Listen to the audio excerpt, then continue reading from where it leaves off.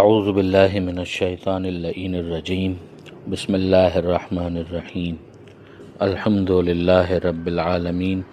والصلاة والسلام علی اشرف الانبیاء والمرسلین واہل بیتہ الطیبین الطاہرین المعصومین اما بعد۔ سورہ مبارکہ احقاف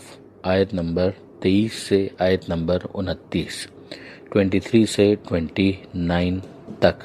بسم اللہ الرحمن الرحیم۔ قال انما العلم عند اللہ وابلغکم ما ارسلت به ولکنی اراکم قوما تجہلون۔ فلما رأوه عارضا مستقبل أوديتهم قالوا هذا عارض ممطرنا بل هو ما استعجلتم به ريح فيها عذاب أليم تدمر كل شيء بأمر ربها فأصبحوا لا يرى إلا مساكنهم كذلك نجزي القوم المجرمين۔ وَلَقَدْ مَكَّنَّاهُمْ فِي مَاءٍ مَكَّنَّاكُمْ فِيهِ وَجَعَلْنَا لَهُمْ سَمْعًا وَأَبْصَارًا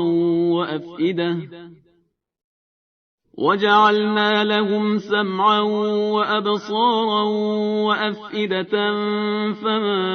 أَغْنَى عَنْهُمْ سَمْعُهُمْ وَلَا أَبْصَارُهُمْ وَلَا أَفْئِدَتُهُم مِّن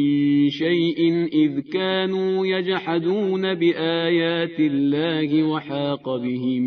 مَّا كَانُوا بِهِ يَسْتَهْزِئُونَ۔ وَلَقَدْ أَهْلَكْنَا مَا حَوْلَكُمْ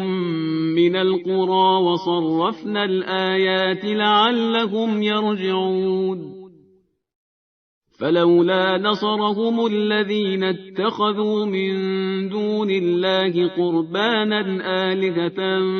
بَلْ ضَلُّوا عَنْهُمْ وَذَلِكَ إِفْكُهُمْ وَمَا كَانُوا يَفْتَرُونَ۔ وَإِذْ صَرَفْنَا إِلَيْكَ نَفَرًا مِّنَ الْجِنِّ يَسْتَمِعُونَ الْقُرْآنَ فَلَمَّا حَضَرُوهُ قَالُوا أَنصِتُوا فَلَمَّا قُضِيَ وَلَّوْا إِلَىٰ قَوْمِهِم مُّنذِرِينَ۔ حضرت ہود علیہ السلام کی قوم کا ذکر ہو رہا تھا، جنہیں یہاں پر احقاف والوں سے تعبیر کیا گیا ہے، جس کی بنیاد پر اس سورہ کا نام سورہ احقاف پڑا اور یہ باتیں گزر چکی۔ ان کے پیغام کو جس طریقے سے قوم عاد نے رسپونڈ کیا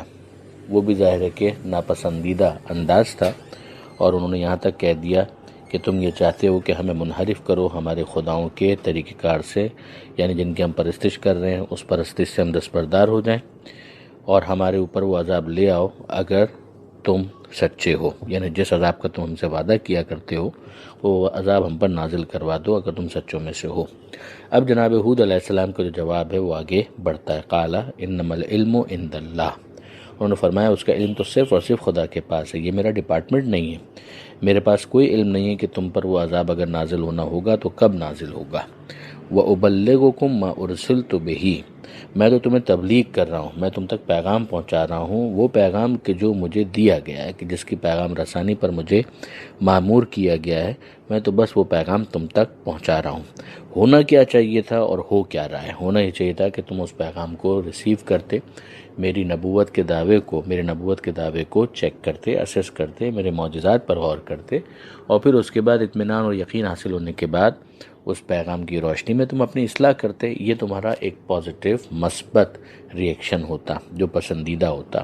مگر تم نے کیا کیا؟ تمہارا یہ ری ایکشن جہالت پر مبنی ہے۔ وَلَٰكِنِّي أَرَاكُمْ قَوْمًا تَجْهَلُونَ، میں دیکھ رہا ہوں کہ تم لوگ جہالت کا مظاہرہ کر رہے ہو، یعنی علم آنے کے بعد اس کی طرف توجہ نہ کرنا، اس کو ایکسیپٹ نہ کرنا، یہ بالکل ایسا ہی ہے کہ دریا کے کنارے کوئی پیاس سے مر جائے اور آگے بڑھ کر اپنے لیے پانی فراہم نہ کر سکے، اپنی تشنگی کو سیرابی سے تبدیل نہ کر سکے۔ فَلَمَّا رَأَوْهُ عَارِضًا، تو جب انہوں نے ایک بادل کو دیکھا مستقبل اودیتہم کہ جو ان کی وادیوں کی طرف آ رہا تھا، قالوا ھذا عارض ممطرنا، تو انہوں نے کہا کہ ارے یہ تو بادل ہے جو ہم پر بارش برسائے گا۔ اب اسی سے اندازہ ہوتا ہے کہ اس وقت خوش سالی تھی، اس وقت قحط تھا، پانی کی طلب تھی، اور وہ لوگ گرمی سے بے چین تھے، پریشان تھے۔ اچانک جب انہوں نے بادل کو دیکھا تو انہیں امید ہوئی کہ اب یہ پانی برسائے گا اور ان کی سیرابی کا انتظام ہو جائے گا۔ بل ہوا مستعجلتم بہ، تو یہاں پر پروردگار عالم کا تبصرہ ہے کہ یہ وہی چیز ہے کہ جس کی تم لوگوں نے جلدی مچائی ہوئی تھی، یعنی جو بظاہر تمہیں نظر آ رہا ہے کہ تمہارے قحط کا علاج ہے، وہ ایکچولی تمہارے اوپر نازل ہونے والا عذاب ہے۔ ریح فیہا عذاب علیم، یہ ایک ہوا ہے جس میں دردناک عذاب ہے۔ تدمر کل شیء بامر ربہا، جو تباہ و برباد کر کے رکھ دے گی ہر چیز کو اس کے رب کے حکم سے۔ فَأَصْبَحُوا لَا يُرَىٰ إِلَّا مَسَاكِنُهُمْ كَذَٰلِكَ نَجْزِي الْقَوْمَ الْمُجْرِمِينَ، تو ان کا یہ عالم ہو گیا کہ سوا ان کے مکانات کے کچھ نظر نہیں آتا تھا، یعنی وہ ایسی پوائزنس گیس، ایسی پوائزنس زہریلی ہوا تھی باد سموم کہ جس نے ان کو ختم کر کے رکھ دیا، اور مکان تو رہ گئے، مکین باقی نہ رہے، جو اس کے اندر ساکنین تھے وہ ختم ہو کر رہ گئے۔ کذالک نجزی القوم المجرمین، ہم اسی طریقے سے مجرم لوگوں کو سزا دیا کرتے ہیں۔ وَلَقَدْ مَكَّنَّاهُمْ فِي مَا إِن مَّكَّنَّاكُمْ فِيهِ، اب وہی والا جو انداز قرآن مجید کا ہے کہ بھئی یہ تو ماضی کا ایک واقعہ ہے مگر ہمیں کیوں سنایا جا رہا ہے۔ پروردگار فرماتا ہے کہ ہم نے انہیں اقتدار دیا تھا اتنے حلقے میں کہ جس میں تمہیں اقتدار نہیں دیا ہے، یعنی وہ تم سے زیادہ پاورفل تھے، ان کے پاس تم سے زیادہ اقتدار تھا۔ یہ جو امیڈیٹ ایڈریسی ہیں وہ تو ظاہر ہے کہ مشرکین مکہ ہیں، مگر ان کے ذریعے سے دوسروں کو یہ پیغام دیا جا رہا ہے جو قیامت تک افراد آئیں گے کہ بھئی ماضی کے اندر بہت سی ایسی قومیں گزر چکی ہیں کہ جن کے پاس بڑا پاور، بڑا اقتدار تھا، اور ظاہر ہے کہ یہ ڈھیل پروردگار عالم کی طرف سے ان کو دی گئی تھی، لیکن کیا یہ ساری چیزیں انہیں خدائی عذاب سے بچانے میں کامیاب ہو سکیں؟ ایسا نہیں ہوا۔ وَجَعَلْنَا لَهُمْ سَمْعًا وَأَبْصَارًا وَأَفْئِدَةً، اور ہم نے ان کو طاقت سماعت بھی دی کہ وہ سن سکتے تھے، وَأَبْصَارًا دیکھنے کی طاقت دی، وَأَفْئِدَةً اور ان کو دل دیے۔ دل سے یہاں پر مراد وہ کمپیوٹر جو انسان کے اندر لگا ہوا ہے کہ جس سے وہ کیلکولیٹ کرتا ہے، اسیس کرتا ہے، اس کے دماغ، اس کی عقل، یہ تمام تر چیزیں۔ فما اغنى عنهم سمعهم ولا ابصارهم ولا افئدتهم من شيء، تو نہ ان کی سماعت، نہ ان کی بصارت، اور نہ ان کی دل، ان کے سوچنے سمجھنے کی صلاحیت انہیں کوئی فائدہ پہنچا سکے، من شيء ذرا سا بھی، اذ كانوا يجحدون بآيات اللہ،